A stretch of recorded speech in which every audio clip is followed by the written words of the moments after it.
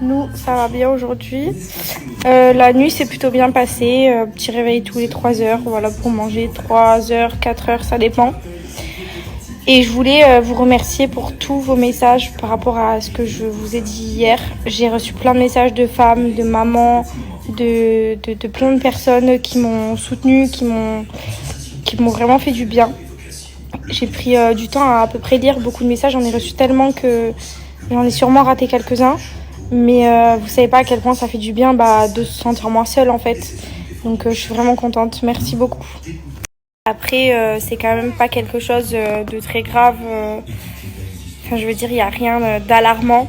C'est juste que c'est compliqué parce que j'aimerais que ma fille soit épanouie dans les bras de son père. J'aimerais que ma fille soit épanouie dans une balancelle, ne serait-ce que le temps de faire un petit peu à manger ou de pouvoir prendre une douche sans l'avoir pleuré et se faire autant de mal.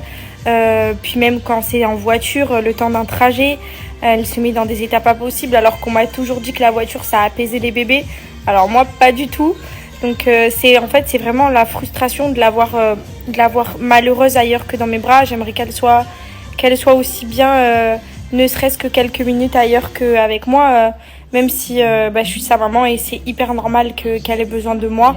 J'espère qu'avec le temps ça va aller en s'arrangeant. Après on a de la chance que son papa il soit bien, il est patient, il lui chante des musiques, ça l'apaise.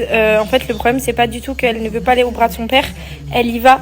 C'est qu'elle s'impatiente et au bout d'un moment elle va forcément pleurer pour venir à mes bras. Donc moi j'aimerais que je puisse partir de la maison après une tétée 1 heure sans qu'elle pleure. Voilà.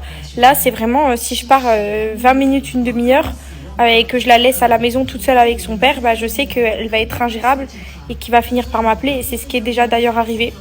Donc on verra bien avec le temps. Je suis sûre que ça va aller beaucoup mieux, je suis très confiante. Je lui fais confiance, je nous fais confiance et de toute façon je vous tiendrai au courant des prochaines semaines. Et du coup elle est toujours dans la même position avec la main. Voilà, et je vais pas avoir le choix que de la poser parce qu'il faut absolument que j'aille me doucher. Et du coup, je vais vite me laver parce que je sais qu'elle va pleurer. Mais je n'arrive pas.